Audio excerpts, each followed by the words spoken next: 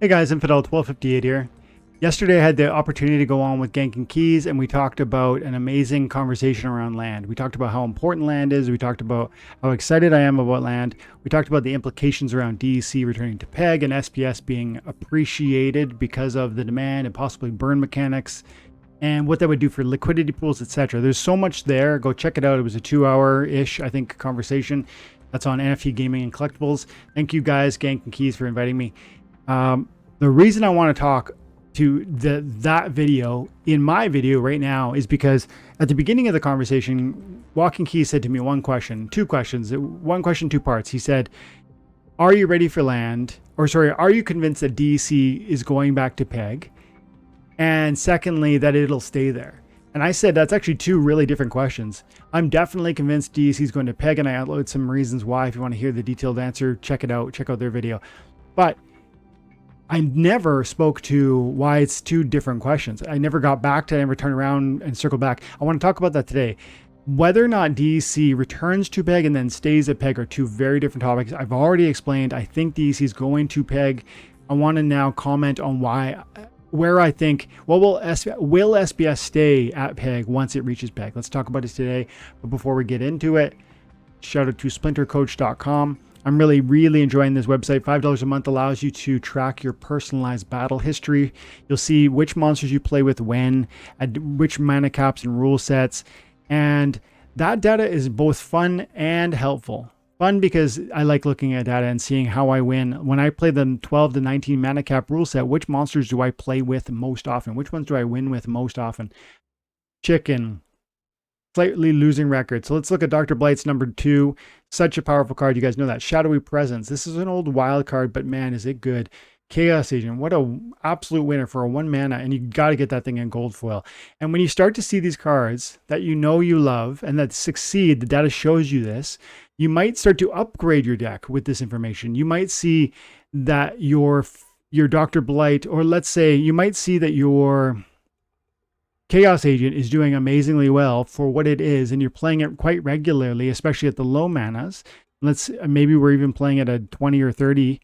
So the Shadowy Presence is winning 36 out of 39 on the 12 to 19, the 20 to 29, 19 to 19, and even the 30 to 39, it's got a winning record. So this card plays a lot in these lower mana, like under 40 mana cap. It's a very successful card. It's not a particularly expensive card. It's a modern card. You'll be able to use it in the Modern League for quite some time. The question then becomes, if it's this successful and it's relatively inexpensive, and it wins, over a variety of mana caps, do you have the gold foil version? There's multipliers associated with your SPS payouts that will really go up if you have more gold foils. So of course, this is data that might help you extract more reward for the same time and attention. That's why I like Splinter Coach. It gives you that sort of ability to, 1, have some fun with the data, and 2, actually see ways you can earn more for the same effort. So check it out. Now let's get into my response, or let's say my additional comments around DEC. Like I said, with Walking Keys and Genk last night, we were talking specifically about whether or not DEC returns to PEG. I think it will. Maybe in like 2 minutes, I'll just quickly tell you, I think we see the DEC being staked in the land to store active monsters so that they can work. That's a huge part of it. I think we see DEC being used in liquidity pools. I think we see DEC being used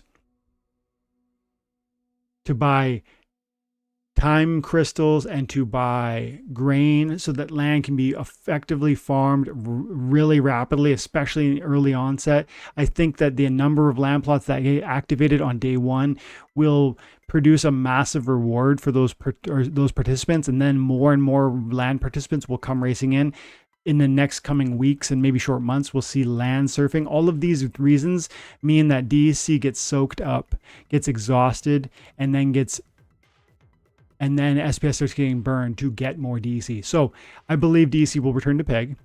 And then I think we start seeing SPS spike in price because it's being bought up to produce DEC. If that is the case, you start seeing multipliers on APR, which create a sort of a cyclone that lifts us higher and higher. That's what I believe is possible. And I think that's the moment we're in. But the question also Keys asked was, well, so Dwayne, you think DEC is going to go to PEG and it's going to stay there? And I said, no, that's not what I said. And that's not what I said. I think DEC will go to peg, and I think it will stay at peg for a prolonged period of time throughout a bull market, whether that's, you know, in 6 months or it's in a year or it's in 6 weeks. I don't really know. I think it could be as short as 6 weeks with the land launching, etc. But I'm happy to imagine, and I said in the video, it might be that this process takes 3-4 months after land launches. I don't really know. I don't want to predict time, but I'm so confident that this will unfold shortly after or right around land launching. And if it unfolds, I think DEC gets to a place where it's exhausted and SPS gets burnt to create DEC. That drives SPS prices higher. And then you see liquidity pool returns doubling and quadrupling and quintupling. And that's where these pools, DEC DAI and DEC BUSD, start producing not 12%, but 20 or 40 or 60 or 80 or 120% APRs. And because DEC in this argument is now a stable coin, because we've reached peg in my argument, this is stable coin versus stable coin, and outside money will chase those APRs. That is where SPS goes from not just from 2 cents to 4, but from 4 to 8 and from 8 to 16, in my mind, on and on and on. And that's the place where we start to see the answer to Key's second question. Will DEC stay at peg? I do not believe DEC will stay at peg. Not forever. I believe that the flywheel will work.